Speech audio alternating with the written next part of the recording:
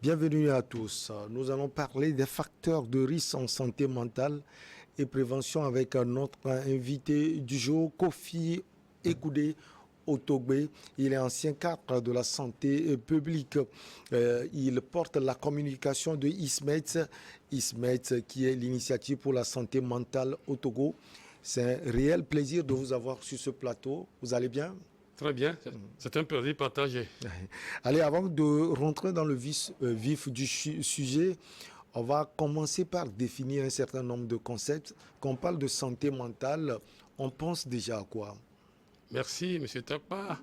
Permettez-moi, avant tout propos, de rendre hommage à New TV, cette chaîne magnifique qui nous donne l'opportunité aujourd'hui de nous faire connaître en tant qu'association et de passer des messages très très importants en matière de santé mentale.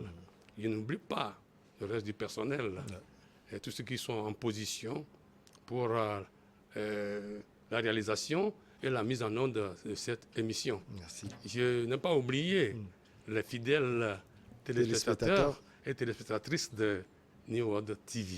Merci infini. Voilà. Maintenant, vous avez posé une question. Avant de parler de santé mentale, nous allons parler de santé tout court. La santé, selon l'OMS, c'est un état de complet bien-être physique.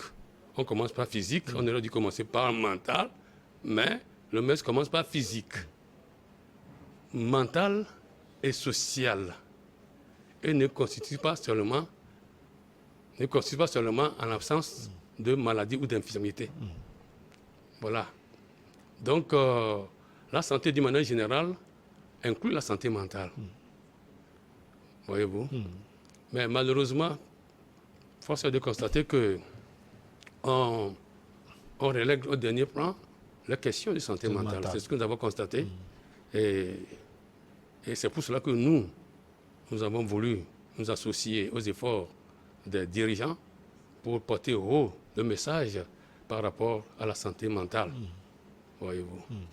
Donc, la santé mentale, on peut définir comme étant un état de bien-être résultant de l'interaction entre les composantes biologiques, psychologiques et sociales de l'individu, qui lui permet donc de se réaliser, de réaliser son potentiel et d'apporter sa contribution à la société.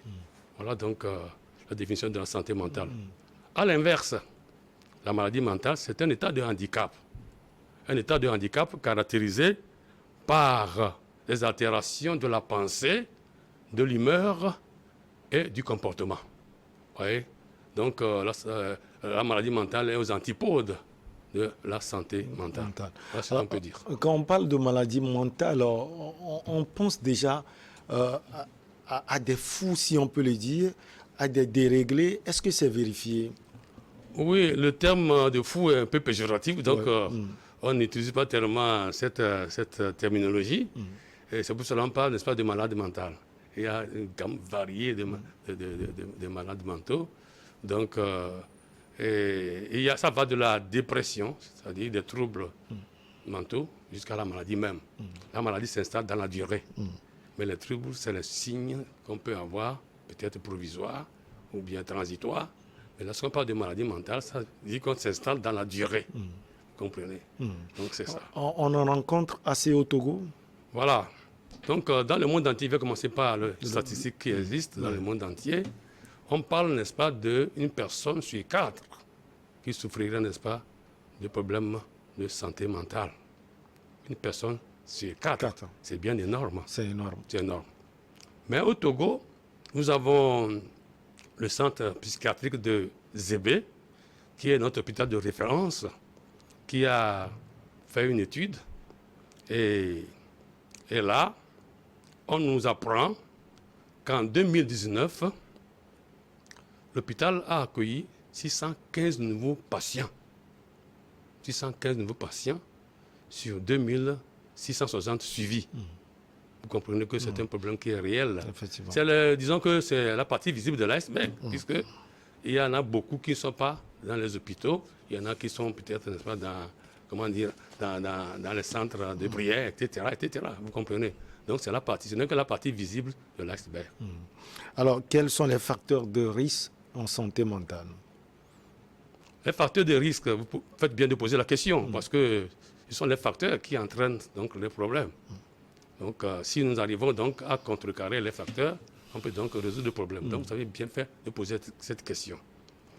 Les facteurs de risque, ces facteurs sont divisés en deux catégories. Il y a les facteurs qui touchent le cerveau, l'intégrité du cerveau en tant qu'organe. Vous voyez, donc ça crée des lésions dans le cerveau. Il y a donc les autres facteurs, les facteurs qui touchent le cerveau dans son fonctionnement en rapport avec l'environnement. Donc les fonctions mentales qui se construisent permanemment. Vous voyez que l'individu est déterminé en réalité par son environnement.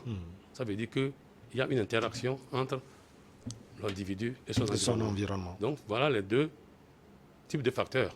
Donc si on prend le premier facteur, la première catégorie de facteurs, nous avons les traumatismes.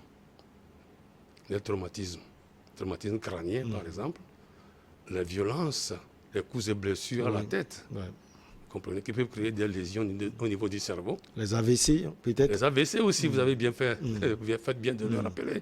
Les AVC, c'est une pathologie, disons, un accident qui crée des lésions au niveau du cerveau et qui peut, à la longue, aboutir à des complications, jusqu'au niveau des maladies mentales. Vous comprenez? Donc, il y a les lésions, il y a les infections. Les infections, et par exemple, l'infection à VIH, ça crée des lésions au niveau, n'est-ce pas, du cerveau.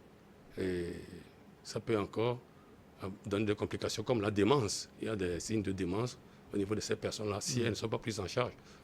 Il y a les méningites. Vous avez entendu parler de méningite? Oui, bien sûr. Méningite cérébro-spinale, qui, lorsque ça atteint les méninges, ça provoque, n'est-ce pas, des séquelles, comme la surdité, par exemple. Quelqu'un qui est sourd, donc est diminué, un handicap mental, vous comprenez. Donc il y a ça. Il y a les parasitoses. Quand on parle de parasitose, on oublie de parler du paludisme. Oui. Disons que le paludisme est une parasitose endémique dans nos pays tropicaux. Donc aujourd'hui, heureusement qu'il y a la lutte qui est engagée et ça diminue. Donc, il y a une forme grave qu'on appelle neuropalu, qui va créer des lésions dans le cerveau. Vous comprenez? Ça peut aboutir à la mort, n'est-ce pas? Quand c'est des enfants, ça peut aboutir à leur mort et il peut y avoir des séquelles aussi après, et pour la personne qui a subi, n'est-ce pas, cette attaque-là. Vous comprenez? Donc voilà, il y a les tumeurs, les cas de tumeurs qui vont aboutir à des maladies comme la maladie d'Alzheimer. Vous avez entendu parler de ça? La maladie de Parkinson. Parkinson et Alzheimer. Il y a aussi les carences nutritionnelles, peut-être? Les carences nutritionnelles, voilà, vous faites bien de le rappeler, les carences nutritionnelles. L'iode. L'iode est un élément très important au niveau, n'est-ce pas, de la constitution du cerveau. Alors que ça manque, ça pose des problèmes. Ça va entraîner, par exemple, le crétinisme. Le retard scolaire. Oui. Donc, il y a donc aussi, j'ai oublié de le dire, la souffrance fétale. C'est très important. La souffrance fétale, c'est-à-dire l'enfant qui n'est pas dans de bonnes conditions, dans le temps qui est imparti, s'il souffre un peu, il n'a pas d'oxygène, il y a un manque d'oxygène, ça va créer une lésion, bien des lésions au niveau du cerveau. Et ça va avoir des séquelles vraiment terribles par rapport à ça. Voilà donc pour les facteurs touchant l'intégrité du cerveau. Il y a donc les facteurs qui touchent les fonctions mentales qui sont en perpétuelle construction. Voyez-vous? Donc, on peut citer les conjugopathies. C'est un mot un peu barbare, conjugopathie.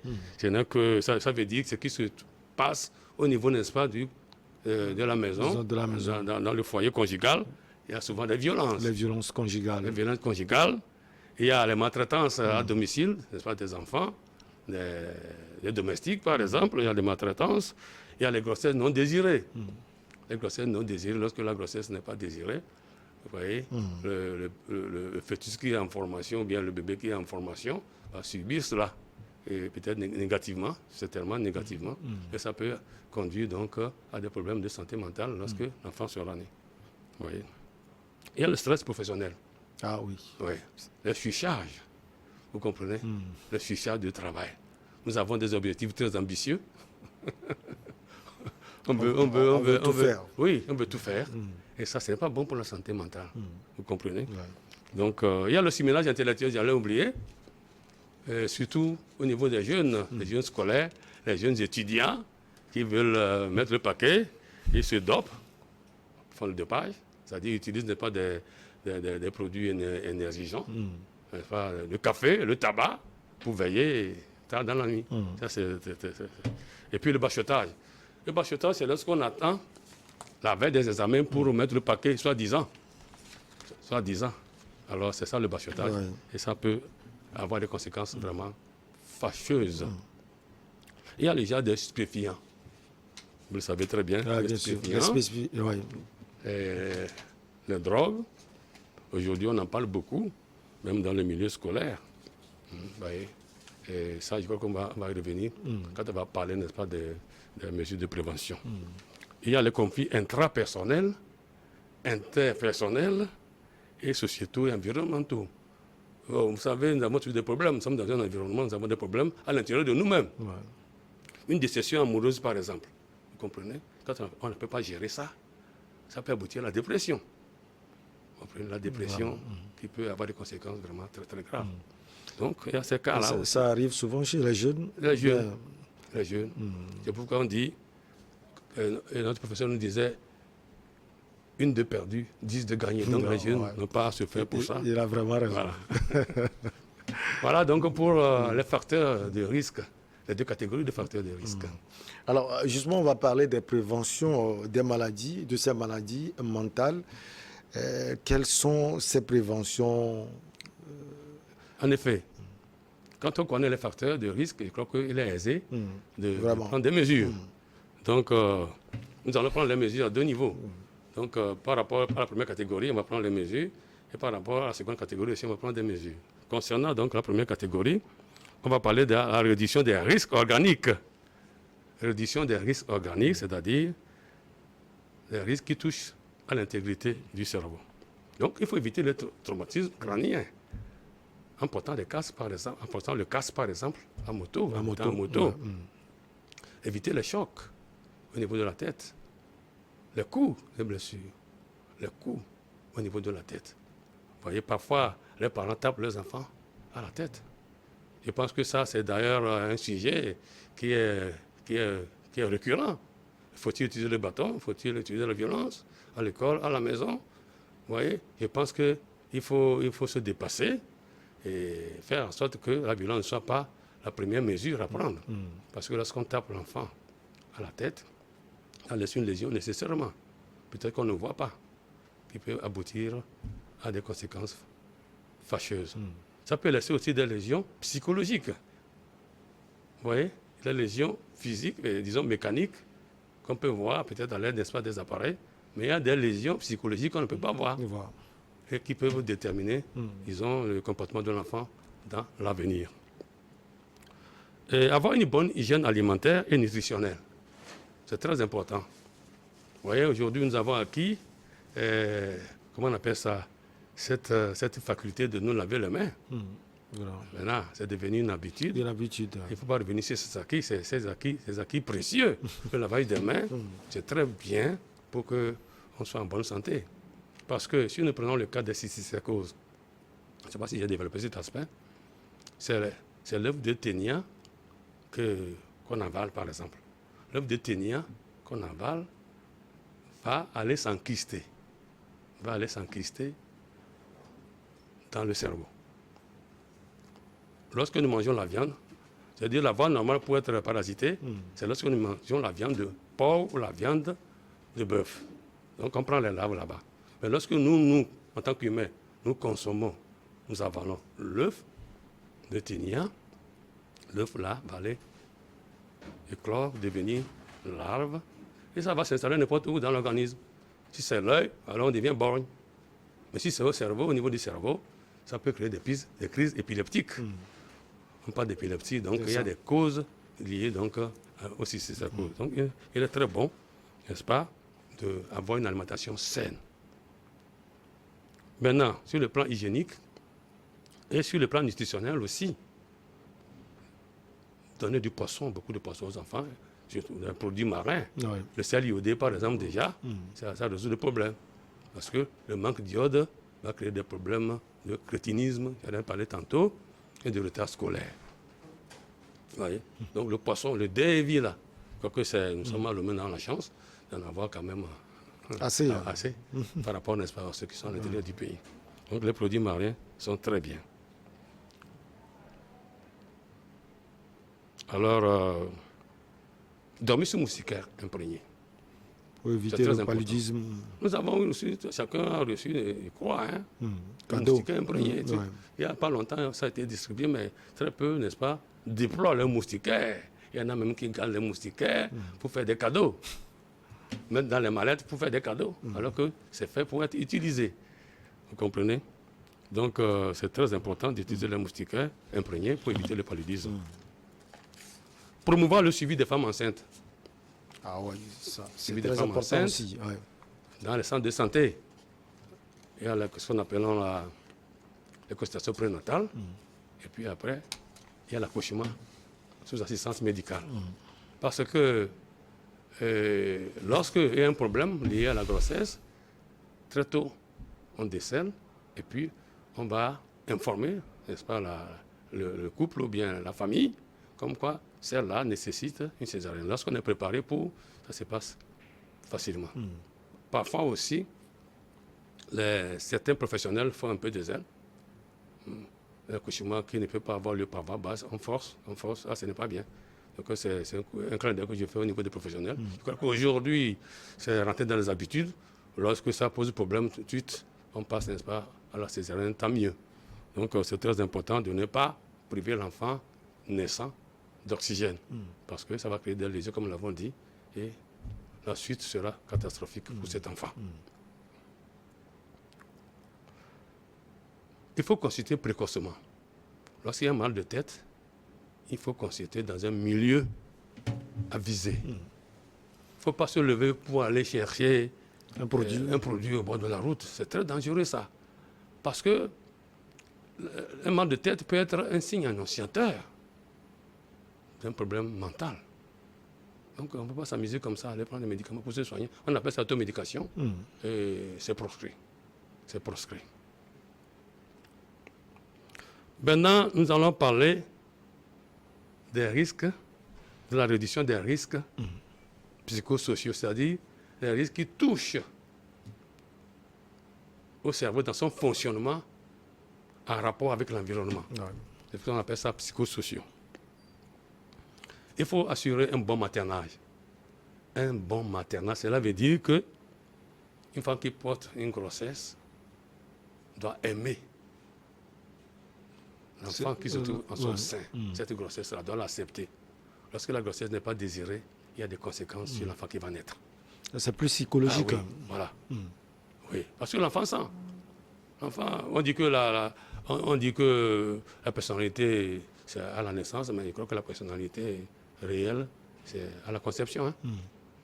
Peut-être la personnalité juridique, mais la personnalité réelle, c'est à la naissance. Donc déjà, l'enfant, quand le caillou est formé, je crois qu'on peut considérer que c'est un être humain. Donc il y a des sentiments qui réagissent par rapport à ce qui se passe autour de lui. Donc plus, n'est-ce pas, l'âge avance, la grossesse en âge, plus l'enfant est sensible. Donc c'est très très important d'aimer sa grossesse. Assurer un bon climat au sein du foyer et au service. Au sein du foyer, je crois que ça c'est peut-être évident, mais au niveau, n'est-ce pas, des services, je crois qu'il y a parfois des animosités qui font que les gens sont méfiants. Les gens sont méfiants. Se regardent en chien de faïence, comme on dit. On a peur, on n'est pas ouvert. Et tout ça là, on est stressé tout le temps. Vous voyez, ça aussi, ce n'est pas bon pour le moral, ce n'est pas bon pour la santé mentale non plus. Il y a la bonne hygiène mentale. C'est un peu costaud. Et ça veut dire quoi? Avoir une bonne hygiène de vie mentale, ça veut dire qu'il faut prendre suffisamment de repos. Il faut dormir. 6 à 8 heures au moins. Minimum. 6 à 8 heures. Par nuit. Par jour. Par jour, peut-être par nuit. Il faut parce que la nuit est faite pour se reposer. Hein. Ouais. Il y en a qui ne dorment pas la nuit. Et ils ne dorment pas la nuit. La nuit est faite pour se reposer. En principe, l'homme est un être diurne.